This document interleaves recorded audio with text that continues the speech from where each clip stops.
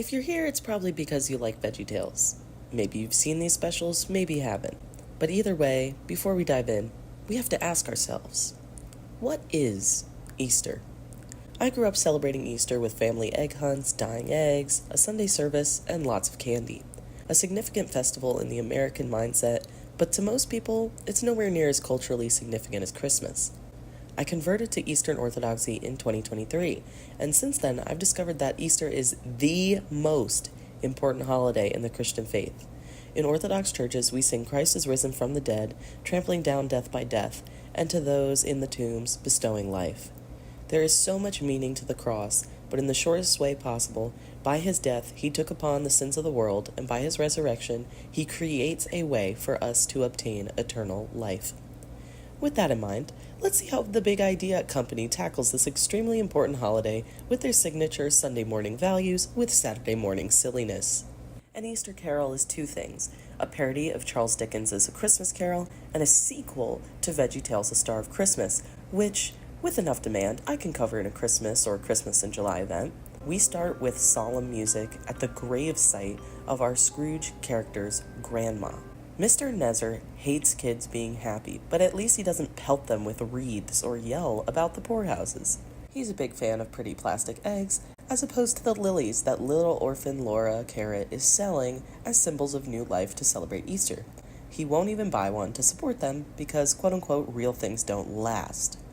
Oh, and we open with a song. It's a musical.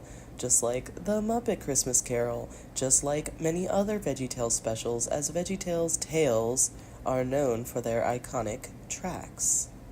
Also, it's British. Everyone's British. Meanwhile, stateside, let's visit 'Twas the Night Before Easter, where we don't have just a musical, but rather a musical about putting on a musical. Where have I heard that before? Rather than allowing the owner to convert this dilapidated theater into a playground for the homeless children from the shelter next door, Miss Marley Mead, played by Petunia Rhubarb, wants to make a difference and help people by putting on a show. She's definitely not going to miss the entire point of what she's attempting to do, right? Right? Speaking of missing the point, we're back with Mr. Nezer, who's back in his factory era, okay? My man is typecast as a villain, and I guess that's what he gets for being named after Nebuchadnezzar. These fake chickens are funny and creepy at the same time. He thinks he and his granny make Easter what it is, because her last words were, Eddie, Easter means no death. And there's this baller song, but he misinterprets what she's saying as Easter means no death, like by keeping the business alive, he's keeping her alive. He's so single-minded, and he's going to be more of a tragic, misunderstood villain like Scrooge too, rather than just like straight-up evil. We do take the evil bad guy-ness up a level when he reveals his plan to make an Easterland theme park to take over the churchyard. Horrible. Not even waiting till after Easter. Because he hates the church, because the church keeps people busy on Easter Sunday morning so they can't buy more eggs. What big project is Miss Mead working on? Well, her ex-cameraman from the Fluff News she used to do is writing the musical Up with Bunnies. One of the cast members is building a big, impressive robot bunny named Gary for the finale, and she's got her sights set on a big star for the lead part, Cassie Cassava, who's home to perform in her church for Easter Sunday. Oh, be careful up there. Ah! Oof. I'm a farmer, I know tomatoes, and that is going to bruise. That is a number 2 tomato now. Down. If we can impress all the people that come Easter Sunday, they'll come back. And you, of all people, Pastor Erwin, should know that the church is not here to impress, but to serve. That's what Jesus did at Easter. The Son of Man came to serve and to give his life as a ransom for many. Dang, Madam Blueberry, you savage. But yep, that's the moral right there. Love a girl who calls people out.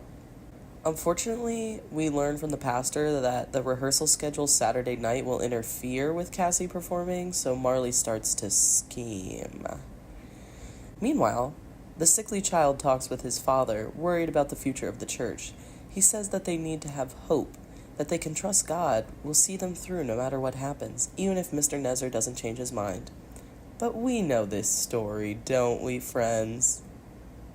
He's visited by spirits, blah, blah, blah, change of heart, blah, blah, blah. It's for kids. So either it's going to end very smoothly with a swift cancellation of the Easterland project, or there's going to be some sort of very dramatic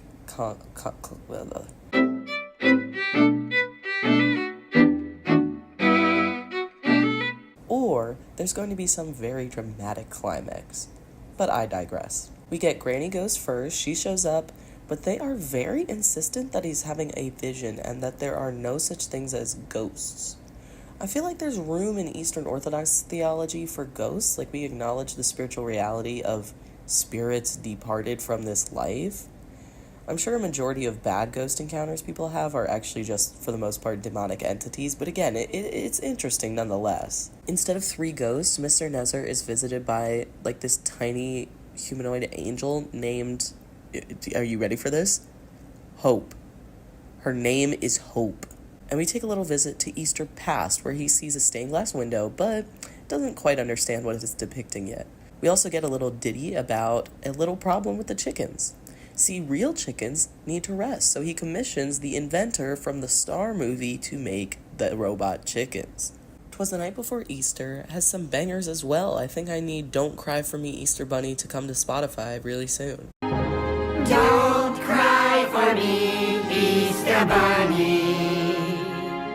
The truth is, you're cute and cuddly.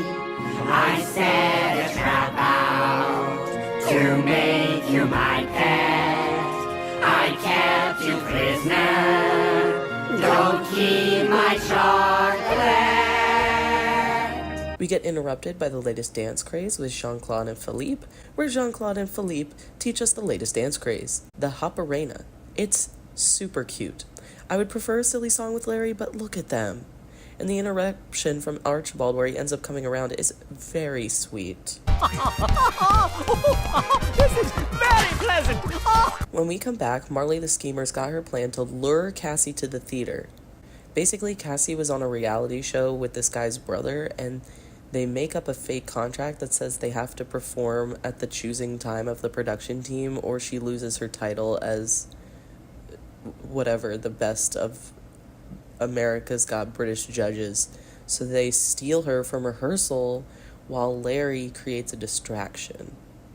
Now we get to hear her sing, and that veggie knows these veggies. Oh, yes.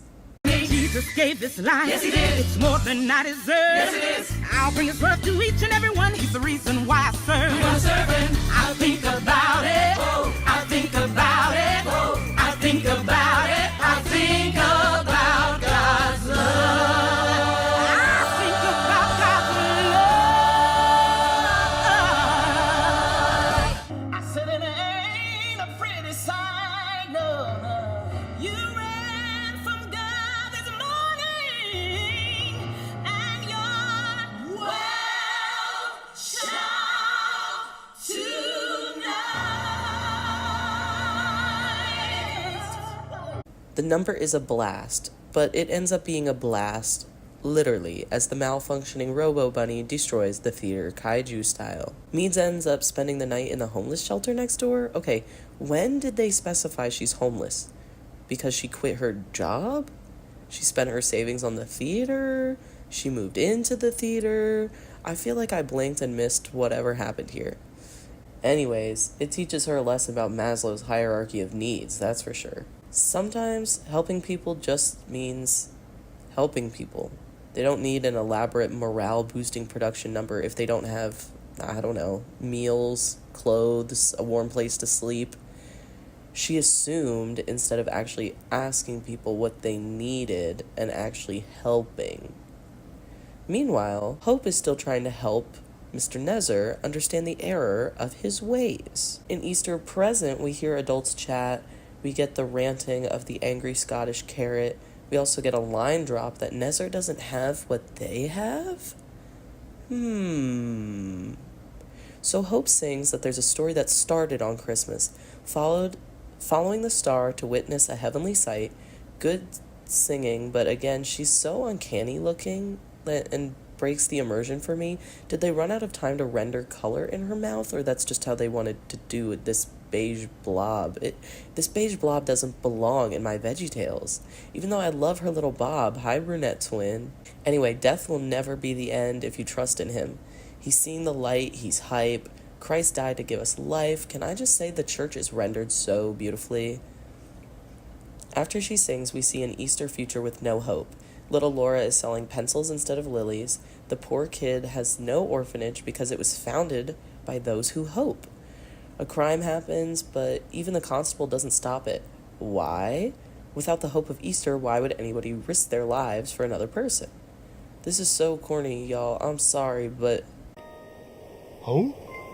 Hope! Tell me it can change! Tell me it doesn't have to be this way! Hope! We need you!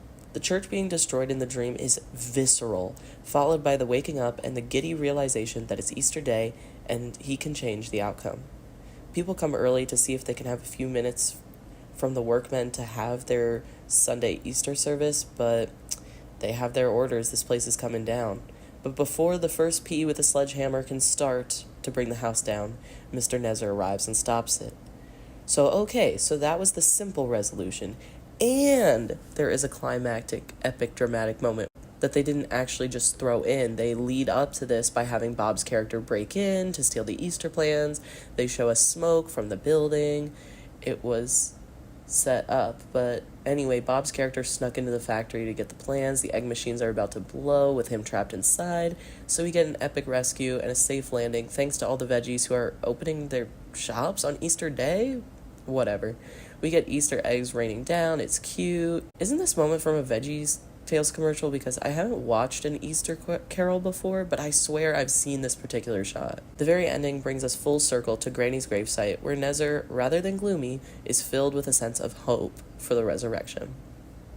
I mean, they're vegetables, so they don't get to see the fruits of the resurrection, but I'm glad they can teach us about it. It's cute that amidst all the variations of A Christmas Carol, we get a vegified version that surrounds a different holiday to get across the message of hope that is central to our faith. Finally, the climax of 'Twas the Night Before Easter also takes the subtle and climactic route, as the main overarching plot is resolved in a conversation where Petunia and Bob's characters reach an understanding, but in a last-minute problem is introduced to propel us to the end, as there is a snow pile-up and they need to get to the sunrise service. So the bunny, not that bunny, this bunny, helps propel the bus to its destination, where Meade attends the service and Cassie calls her to come up so they can sing together. Very heartfelt ending.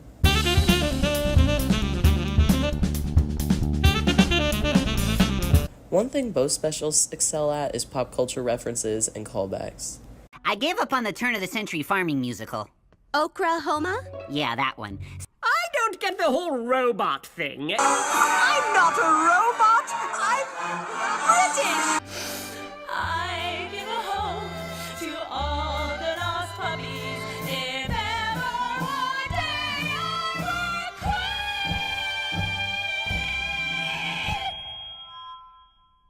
I will What am I gonna do with all those dogs? And the comedy is spot on. Is that one supposed to be me? Because I'm not that fat. Road construction. Am I the only one without a seatbelt? Hold on! Even more construction. Also, both of these have robot animals that cause destruction in them. Did you notice that? I did. That's why I'm telling you now. The Easter Carol is more focused when it comes to a message of hope for Easter, whereas the 'Twas the Night Before Easter is slightly more convoluted, but still does a good job demonstrating that helping people is in the spirit of that hope of Easter time. What do you think? I think Easter Carol was more successful, and I'd watch that again, but have you seen these? Did I miss something important that would change my mind? Let me know in the comments below, but for now, thanks for watching, and I hope to see you in other places around the archive.